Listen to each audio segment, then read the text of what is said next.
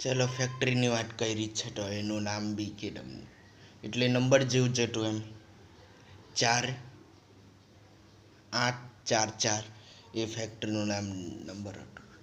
તો તેમાં એમ અમે હારા રોબોટને એમ બનાવતા હતા, પણ ફ્યુચરમાં એમ એટલે કબજો કરી નાખેલો હતો.